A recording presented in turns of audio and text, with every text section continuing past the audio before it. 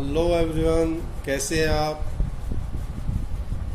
खुश रहें, स्वस्थ रहें, सीखते रहें, पढ़ते रहें, एंजॉय करते रहें। आज पार्ट 4 वीडियो है ये, use of correct forms of verb. छोटी वीडियो है, इंटरेस्टिंग है, बहुत सारे एग्जाम्पल हैं और हर तरह के एग्जाम के अंदर ये क्वेश्चन, ये सेंटेंसेस पूछे जाते हैं।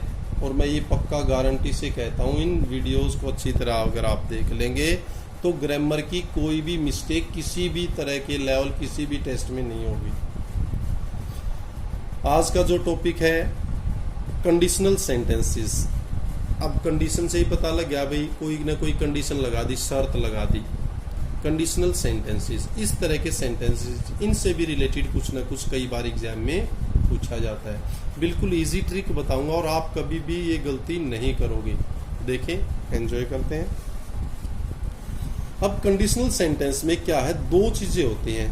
एक तो कोई ना कोई जब कंडीशन लगाओगे तो कोई ना कोई कोज, कारण बनेगा, रीजन होगा। वे ऐसा हुआ तब ऐसा हुआ, इसका मतलब कोई ना कोई कंडीशन थी ना। तो कंडीशन में क्या है, कोई ना कोई उसका रीजन रहा होगा और कोई ना कोई कोज रहा है, कारण हुआ है कोई ना कोई। और जब कोई कोज या कारण है तो आगे उसके आफ्टर मैथ अर्थात उसके रिजल्ट भी निकले होंगे, परिणाम। भाई ऐसा भी शर्त थी, ऐसा हुआ इसलिए ऐसा हो गया। इसका मतलब ये मेन जो समझाने का जो एक तरीका है, अभी यहां से बिल्कुल माइंड में फिट हो जाएगा, यहां से स्किप नहीं करना, यहां से जरूर समझना है कि दो कंडीशन होती है। एक कारण, भाई इस कारण से ये हो गया, रीजन, कोज, और उसका परिणाम क्या निकला आगे, उसका रिजल्ट क्या हुआ, आफ्टर मैथ क्या हुआ, ये चीजें।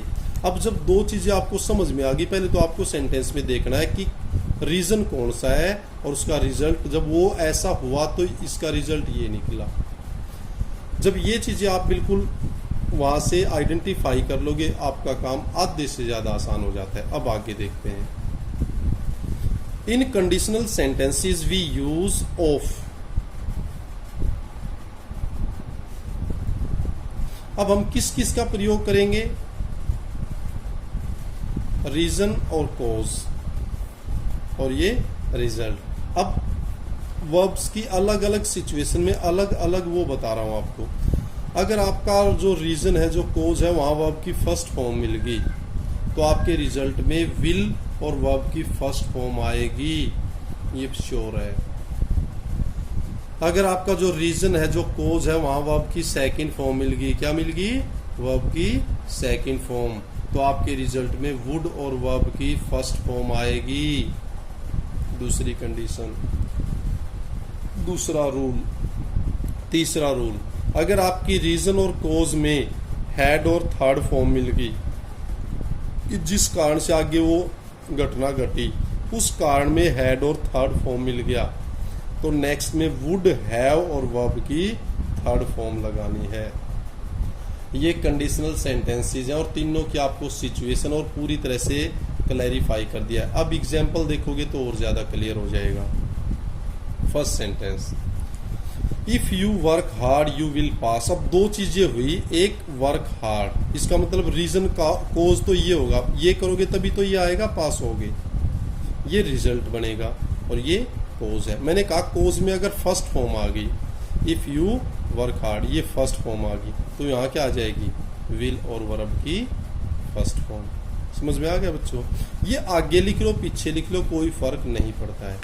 देखो ये ऐसे, यू विल पास, लेकिन आपने यूं तो बताया भाई, आगे रखने से तो रिजल्ट और उसमें तो कोई फर्क नहीं पड़ेगा। You will pass if you work hard, आप पास हो जाओगे अगर आप मेहनत करोगे। तो रीजन ये है, मेहनत करोगे तो क्या हो जाएगा, पास। आगे रख लो, पीछे सेम रहेगा। बस आपको ये अपने माइंड में ये रखना है, जो रीजन है, जो मेन कोज है, उसके अंदर ये सारे लगेंगे और जो उसका रिजल्ट आएगा उसमें ये, चाहे वो सेंटेंस में पहले या सेंटेंस में बाद में है। Next, if he worked hard he would पास, यहाँ सेकंड फॉर्म आ गई, यहाँ वुड पास। अगर उसने मेहनत की होती तो पास हो जाता या हो जाएगा। इफ ही हैड, अब यहाँ हैड और थर्ड फॉर्म कोज में आ गया, कारण में ये, he would have passed. Next, if he runs fast he will catch the train. अब रीजन क्या है, कोज क्या है, भी तेज दौड़ेगा तो ट्रेन पकड़ लेगा। अब रीजन में रन्स फर्स्ट फॉर्म आ गई, तो यहाँ क्या आएगा, विल और शैल वर्ब की first form. If he runs fast he will catch the train. He would win the race if he ran fast. अब यहाँ वुड विन, अब इसको मैंने कहा था रिजल्ट तो क्या हुआ, जीतने वाला, ये रिजल्ट है। और यहाँ क्या कंडीशन क्या है, तेज दौड़ना पड़ेगा भाई। समझ में आया ना, ये कंडीशन है। तो अब आपने देखा तो यहाँ he would win the race, वो रेस जीत जाएगा इफ ही रैन फास्ट, अगर वो तेज दौड़ा। समझ में आया होगा। तो इस तरह के सेंटेंसेस भी बहुत बार पूछे जाते हैं, बच्चे कंफ्यूज हो जाते हैं और गलत भर के आ जाते हैं। ठीक है, और आशा करता हूं कि आप इस चीज का सदुपयोग करेंगे, इससे फायदा उठाएंगे, और तभी मेरे को एक जो रियल हैप्पीनेस है वो फील होगी।